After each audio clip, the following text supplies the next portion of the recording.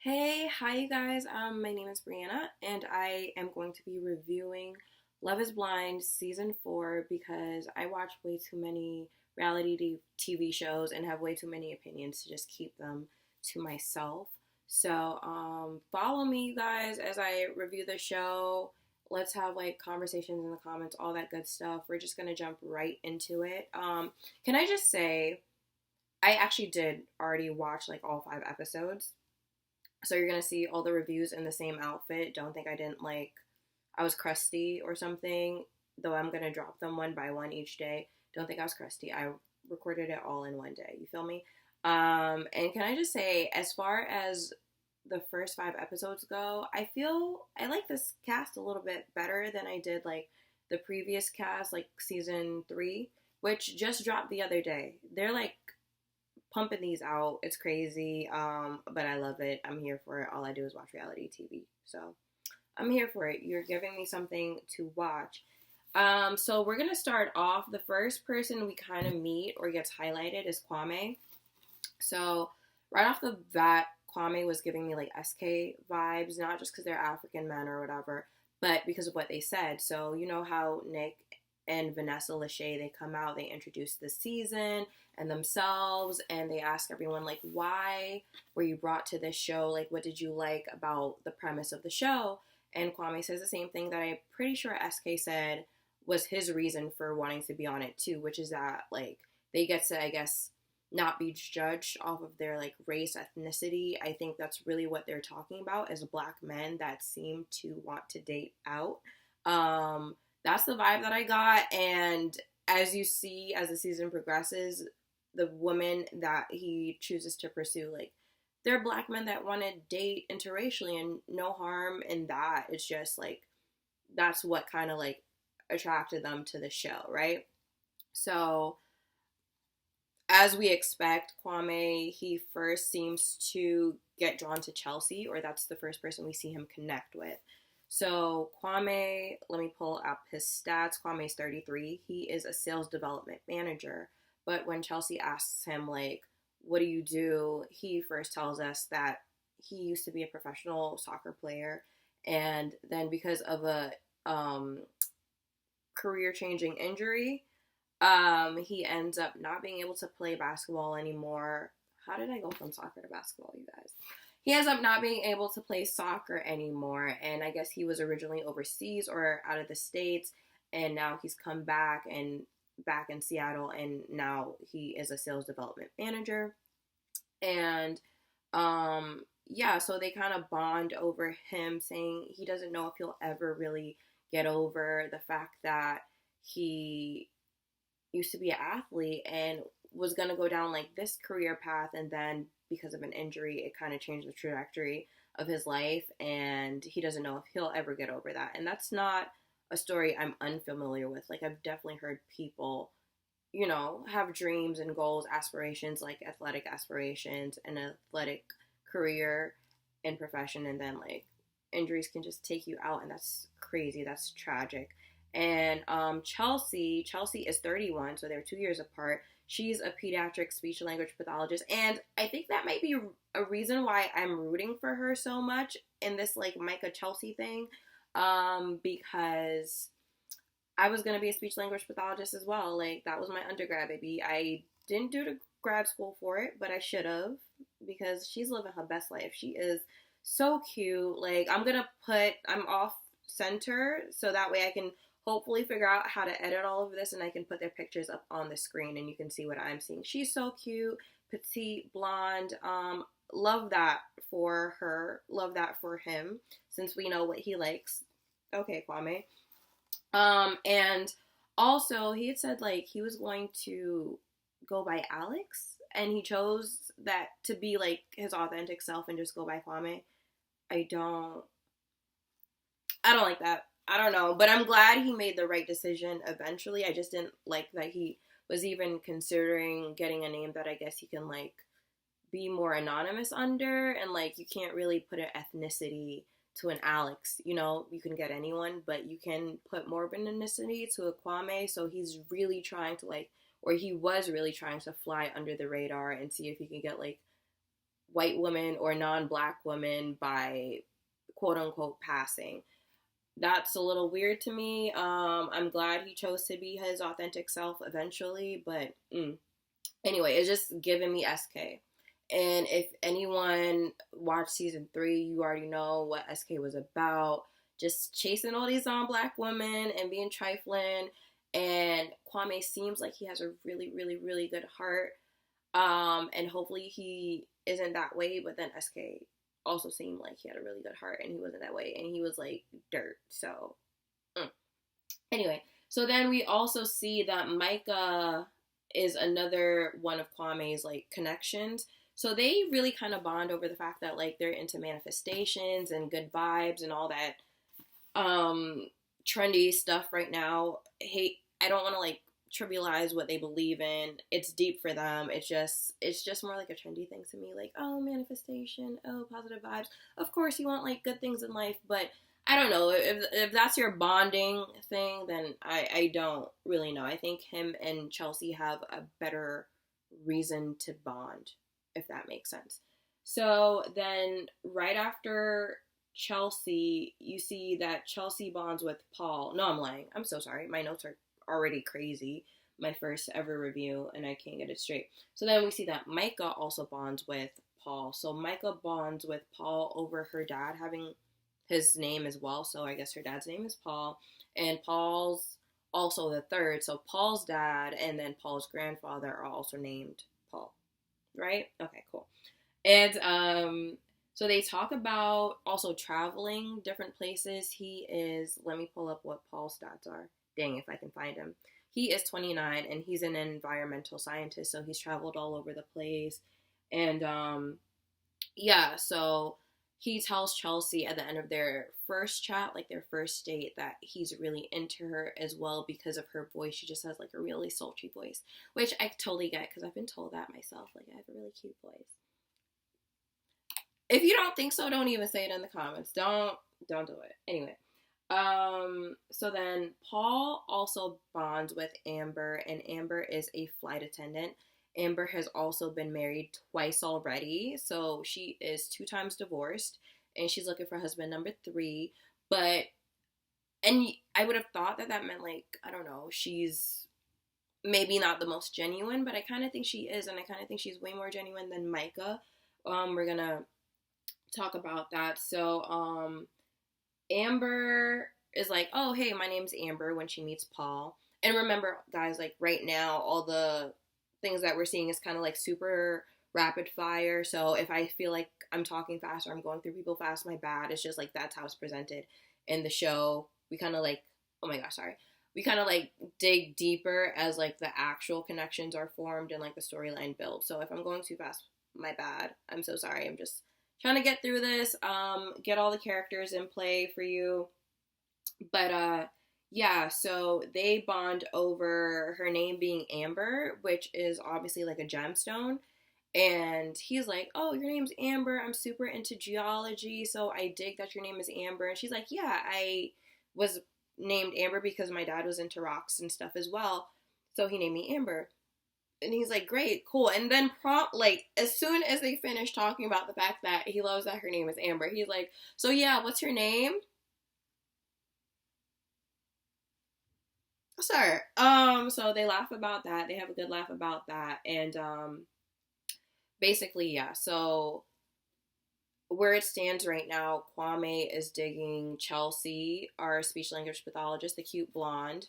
Well, they're both blonde. And then Micah, but he is more into Micah, even though like they kind of talked about superficial stuff like positive vibes and manifestations, whereas he kind of bared his soul to Chelsea already, talking about like the fact that his career didn't go or life didn't go the way he had originally foresaw, but he's still, you know, happy either way and living life to the best of his ability despite that major setback. So then we also have Jacquelina. Let's see. Jacquelina is a dental assistant. I know that. And I love her. Like, she is so down to earth, raw, and real. Like, I love her. She is 27 and she's a certified dental assistant. And I'm getting like Latina from her. Whoa, what just happened? I'm getting like Latina from her, you guys. And then Marshall is also 27, so they're the same age, and he's a marketing manager. They don't get too much into, well, initially when we see them, they're just talking about like, oh, I like to cook, she says, and then I think he says no. Either he likes to cook and she likes to bake, or vice versa. It doesn't really matter. It's not that deep. But they bond over, I guess, loving their time in the kitchen and like creating good food for people to eat, that sort of thing. And we only got a snippet of that, so I'm not just like breezing past it. That's all we got. And then there was Tiffany and Brett. And so Tiffany and Brett were like a big part of the first episode. Tiffany and Brett talk about like struggling to find soulmates. So Tiffany's longest relationship was 2 years, and that happened about like 10 years ago. And then also for Brett, he said the same thing, longest relationship, 2 years, also 10 years ago. So I guess Tiffany was feeling like, maybe I haven't had the sort of like life partner experiences that I should. And Brett's like, no, that's cool. Like, I'm in the same thing. Like, maybe I lack like long-term partner experience. So we're both kind of like newbies to like a real committed thing. And that's also been my like, where you guys, like, I'm 26, never been in anything too serious. So I'm like, are people looking at me like I'm a red flag? Like, girl, why you haven't found love? Like, I guess if things go the way, maybe I need to get on Love is Blind and I'll find somebody who's like, it just hasn't happened for me, and I'm not judging you, and we could get together and we can make it do what it do. So yeah. Oh, and to bring up Tiffany and Brett's stats, tell me I took Brett's picture. I did. Brett is 36 and he's a design director. And Tiffany, Tiff, where are you? She is 37, so just a year older, and she's a client lead recruiter, whatever that means. So that's like basically the first day with everyone. And then we get into, sorry, my bad, Zach. Zach is the lawyer, criminal defense lawyer, who is 31 years old, and he was leading with like, when everybody's saying like, introducing themselves to one another for the first time, the girls will ask Brett like, Brett, what do you do? And he's like, oh, I'm a stripper. And I guess that humor worked for some people and it didn't work for others. And for most of the women, it was a turn off. They're like, okay. But for Irina and Bliss, they were eating it up. They like his like deadpan sense of humor, the little stupid jokes that he makes. So while all the girls are saying like, oh, Brett, like, I wasn't really, not Brett, oh my gosh, Zach, I wasn't really feeling him. Irina thinks otherwise, and so Irina and Zach start to talk, and we come to find out that Zach's mom actually was a stripper, right? And you guys, after quickly later, we find out that she unfortunately did pass, so his mom is dead. So, with all due respect, before I found out that mom had died, and he was talking about, like, she became a stripper because they fell on hard times or because she was a single mother and she had to put food on the table and all that type of stuff. I'm so sorry, you guys. Nobody hate me, but before I found out mom died, so all respect to the dead, all respect to you, Mama Brett. Why do I keep calling Zach Brett? I got Brett on the brain because Brett is fine. Like, by the way, all these people, pretty conventionally attractive, you guys. I mean, you see them when they pop up on the side of the screen. They're all cute. Brett, fine as he want to be. But that's, I'm not going to spoil it. But, yeah, so all respect. Brett is fine as he want to be. Zach, sorry. Once again, Zach's mom was a stripper. She died.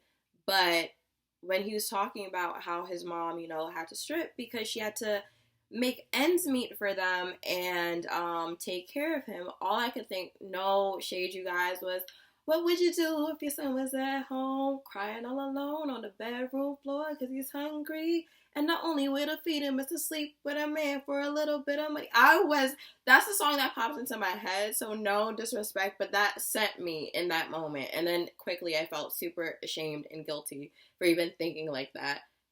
That mama was popping the kitty, because she died. And I'm so sorry about that. So, okay. So I digress. But yeah, he talks about how, then his mother passed, and then he kind of obviously going through grief, mourning, all that type of stuff. He kind of shifted into autopilot, and he just did the things that he was supposed to do, like being an attorney, passing the bar, going through grad school, all of that stuff. And now he is trying to live life again and be present again. And he would really like to, find his wife and become a parent and all that kind of stuff. And sorry. And then we welcome Irina, and Irina talks about also, experiencing poverty. So her parents and her, they're originally from Russia. She migrated when she was like 3-4 years old to the States, and they came there for a better life, not unlike me and my people. I'm Jamaican. I was born in Jamaica, came over here when I was 4. So I was like, yes, I completely understand that story. And initially, I was an Irina fan. Initially, I was not going to lie to you. And I liked their little bond and everything like that. But then we cut over to Zach and Bliss. And I was just like, she's a vibe too. I think she's originally from Alaska. And she was saying that she was a fisherwoman. So I really thought she was out there on like the boats and stuff, catching fish. Like, what is it? Something deadly? Never mind. Don't even worry about it. I can't think about it right now. It's some TLC show, I think. Deadliest Catch? Whatever. It doesn't even matter. I don't know. So yeah, but she is actually senior program manager.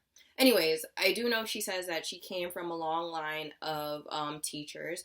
And what Zach wanted to compliment her about, or what he really liked about her, was that she is very intelligent. Him obviously being an attorney, probably well-read, all these years of schooling. He's drawn to intelligence as well, so that's what they bonded over, her intelligence. They also bonded over, so then during their times in the pod, Bliss asks him, like, what's your favorite song? Like, I don't know that about you. And he's like, actually, my favorite song is I Hope You Dance. And he said that that's a song that his mother had dedicated to him. And she then says, like, oh, that's so crazy and mind-blowing, because that's also a song that my mom dedicated to me. So they bond over this, like, childhood song that both their parents, like, dedicated to them. And it's just so, like, whoa, like, how random of a thing to like bond with someone over, and such a sentimental thing as well. So now Zach is into Bliss and Irina, and like we said, Kwame is into Chelsea and Micah, and then Paul is into Micah and Amber, and you see all these love triangles already like starting to form. And then we get into, sorry, I have notes all over the place, and let me get back to them. Sorry for the brief intermission. Yeah, so then we cut back to, I'm going to edit this entire part out. This is so sad, you guys. I can't remember the next thing that happened. I guess it's Paul and Micah flirting. Feels Kwame is a nice guy. Okay, so then we cut back to Paul and Micah. We cut back to Paul and Micah, and they're just continuing to flirt. And then also Kwame and Micah, and she thinks like Kwame is a nice guy, and she thinks like and that Paul is the slow burn. Like initially she had this really strong feeling for Kwame. That was her initial connection and everything like that. And then all of a sudden Paul comes out of nowhere and she's starting to dig him as well, and she kind of thinks it's like really random out of the blue, but she's now starting to feel, conflicted. So then basically we get into this deeper thing with Brett and Tiffany. So Brett talks about growing up. They enter the pods initially and they're already like, oh, we're so connected, because Tiffany comes in with like this teal dress and Brett happens to be wearing a teal shirt, and so they both mention that and they're already connected. Then Brett starts to ask Tiffany, like, I guess maybe what's something about her, and she's like, she's always been somebody that whatever she puts her mind to, she can do it, and she wants to be the woman that proves everyone wrong if they, underestimate her. So she tells a story about how, she was in band, and even though they were telling her to play one instrument, she decided to play another instrument, and then her band was like the best band in the school's history. So she is a game changer. She comes to win. She don't play none of that, whatever. And he's like, that's awesome. That's great. And then he talks about him growing up and how there was a point in time where his family just started to fall on hard times, and to the point where like their power and their lights cut off. And so it kind of made him turn into himself, not want to be around friends, because friends would ask him and his brothers like, hey, can we come over your house? And it's like, no, they're ashamed of the fact that they don't have electricity to like host these people. So I guess it was easier now to just keep like friends at a distance, so nobody would ever want to inquire more about what him and his family were going through and what home was like. And so that put him into himself. Then he started to do a lot of drawing, and then posted his drawings on Instagram, and it was a lot of like sketches of like footwear, that sort of thing. So then somebody DMs him, like recruits him to do this, and then after 3 years later, then he ends up working at Nike. So like I said, what was he? Brett is a design director. So he's a design director at Nike, you guys, with no college education or anything like that. He's just doing the damn thing. So they both have this like immense amount of like respect for one another and how successful they are in their careers. Because Tiffany was saying like she got promoted, or like she was one of the highest earning people at her job. And Brett, overcame all this struggle to become like a design director at Nike, you guys. So they're feeling each other. They're really happy with one another. Then cut back to Micah overhearing from Amber that she's really digging Paul, and then that sends Micah sort of like into a tailspin, I guess you can say. And so then she asks Paul about like his feelings towards Amber, where he's at with Amber, and he completely validates like his relationship with Amber, but then he continues to develop feelings for Micah. Meanwhile, Chelsea is talking about the fact that she is feeling feelings for Kwame, and how they're really developing like a really sexual attraction. No tea, no shade. I don't know if I can say this. Chelsea looking for her mandingo. No, nothing on you, Chelsea. Like, go get your man. But yeah, they were like getting real saucy in the pods, okay? And he's like, oh, I can't wait to see you in some Calvin Klein underwear. She's like, oh yes, I want the connection I have with my man's body to be spiritual. And I'm like, y'all doing a lot right now. So because Kwame is feeling like fulfilled and validated in this way, like this woman wants him so like deeply sexually, like he's so desired by her, he ends up going to Micah and trying to like duck Micah off and be like, yeah, sorry, Chelsea kind of validates me way more than you do. So I want to maybe be with Chelsea. And so Micah takes that already now, like on the ropes with Paul over here, because Paul and Amber seem to be, going along well. She checked in with him and he's like, yeah, I dig Amber. Like, she's cool, but you're cool too. But Amber, though. And now she's hearing that Kwame is kind of like trying to break up with her off of Chelsea. She's like, wait. Like, hold up now. Like, where did this girl come from that she is like jeopardizing my thing with you? Like, what's good? Like, and so then Kwame is like, well, once again, she validates me way more than you do. So if you were giving me that kind of validation, girl, then maybe I wouldn't be trying to break up with you right now. And so then I just blanked. Micah does damage control and she's like, well, I can see myself with you. I really want to be with you, all this type of stuff, right? So then all of a sudden Kwame is like, why didn't you say that before? Okay, girl, like, I'm back on you. Like, I want to be with you now. Like, what's good? And, yeah, basically they kind of leave thinking that, like, they're together, or with Kwame thinking that they're together. But once Micah goes back, she's talking to Irina, and now we're seeing more that Irina and Micah, when they get together, they're like this little mean girl clique, and people don't really like them all that much together. And what happens? And so she's also telling Irina, like, oh, I told him what he wanted to hear, basically, and he's trying to be like, oh, girl, like, I'm trying to propose to you now then.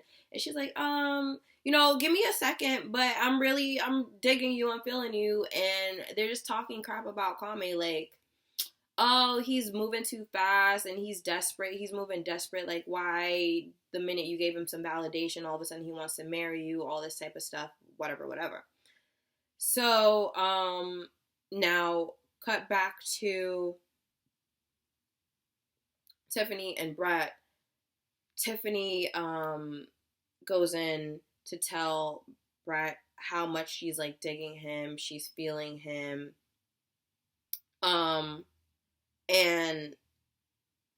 Brett tells a story of his brother, how his brother was with a woman for 10 years, basically. And they finally got around to getting engaged and wanting to be married. And then literally like a week before the marriage, his brother winds up dead.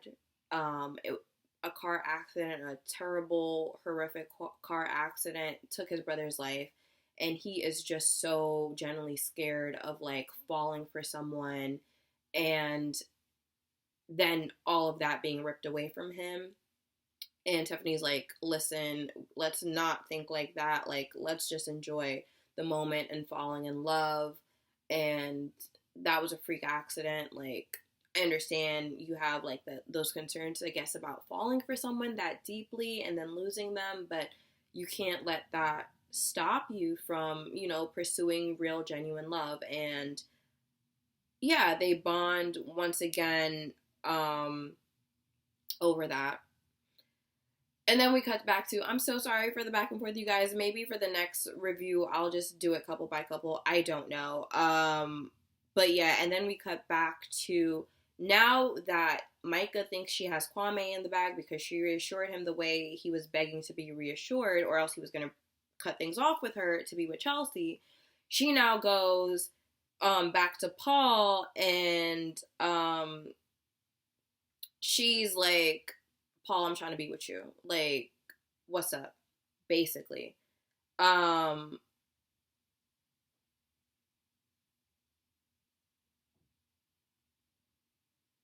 on. Wait. Sorry. So no. What had happened was, now that Kwame's feeling like he got the reassurance from Micah, he ends up sitting there with the other men telling everyone like, oh, me and Micah are pretty much solid now, like, forget Chelsea, it's me and Micah, me and Micah, me and Micah. Paul overhears Kwame talking about him and Micah, and he's like, wait a minute, I have Micah, I have Amber, but I'm not trying to lose Micah. Like, no way, it's not happening. So he goes back to Micah and is basically like, it's me and you. Like, we locked in. If we locked in, ain't no switching up. It's like, that's what it is now. And Micah, to be fair, she wanted Paul more, but she was saying that Paul was a slow burn, and that's what she was telling Kwame. Like, me and you, we've been intense from the get-go. I've been getting the validation from you, but I haven't been getting it from him, and so, like, I think it's going to be me and you at the end. But now, basically, Paul is doing to Micah what Micah did to Kwame, and is saying, oh, like, you wanted the validation. He was giving you the validation, so you thought you were going to go to him, but if I give you the validation, you'll go with me. And she's like, yeah, I'll go with you. And they both decide, okay, like, so we're in on this. If we're locked in, no switching up. And now they're actually the ones that are going to get together. So basically, she essentially betrayed Kwame. And now it's about them having to tell both Amber and Kwame respectively that, like, they're not going for them and they're going to be a couple. So then finally the end of the episode ends with Brett and Tiffany coming in again, talking again, and Tiffany kind of like bearing her soul to Brett after the whole conversation about, like, do not be afraid to love. She tells Brett that basically she is falling in love with him. And Tiffany is, like, cozied up on this couch. Like, sis is reclined. She got the comforter, the blanket, whatever, over her, well propped up, looking like she ready to go to sleep. Cozy is everything. And then Brett starts speaking. And, you know, they all speak so poetically. And then all, like, he has a nice soft voice. So he starts telling her, like, you know what, actually, I taken heed of your advice. I am not going to let, you know, what happened with my brother stop me from pursuing love either. So I want to let you know that I'm, like, really digging you. I'm really feeling you as well. I am falling in love with you. Did you hear that, Chelsea? I'm falling in love with you. Chelsea, I'm falling in love with you. Chelsea's knocked out. Okay? And obviously, because they have a wall dividing them, Brett does not see that Chelsea's knocked out. So now Brett is in his feelings. Brett is like, no, this didn't.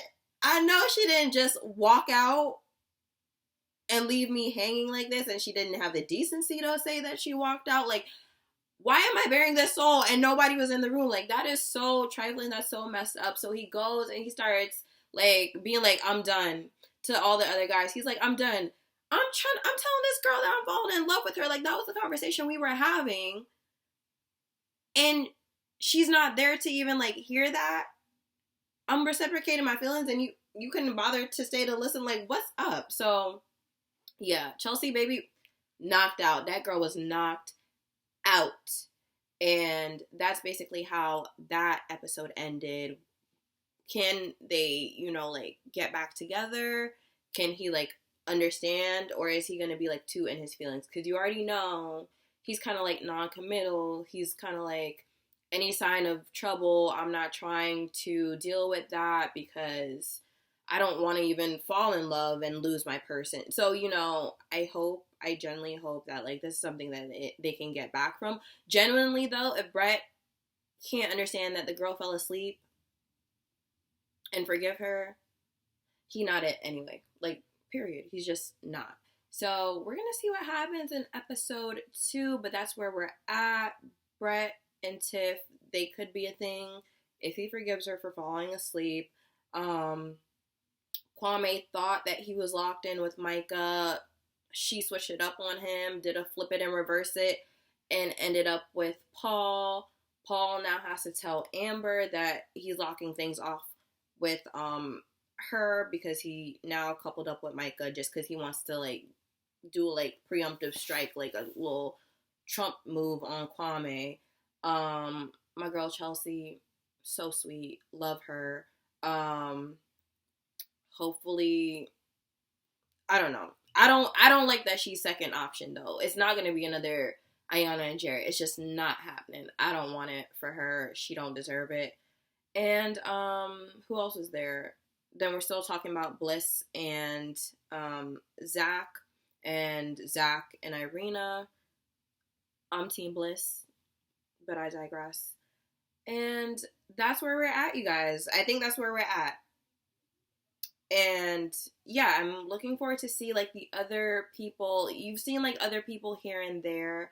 I do hope that we get to see like some of the Asian women that are there, like diversity. We all wanted that. I see them in you know in the rooms, and they're talking to like the girls that I'm really talking about, but I haven't seen any of them make a connection, and I'd really like that for them as well. So that'd be really nice to see. But that was my review. So sorry if it was long or rambly or confusing. I'm just starting this reviewer recapper thing. So bear with me, you guys. Hopefully the next one is better. Thank you so much for watching. Please drop your opinions in the comment section below, and we'll see you for episode 2. Thanks. Bye.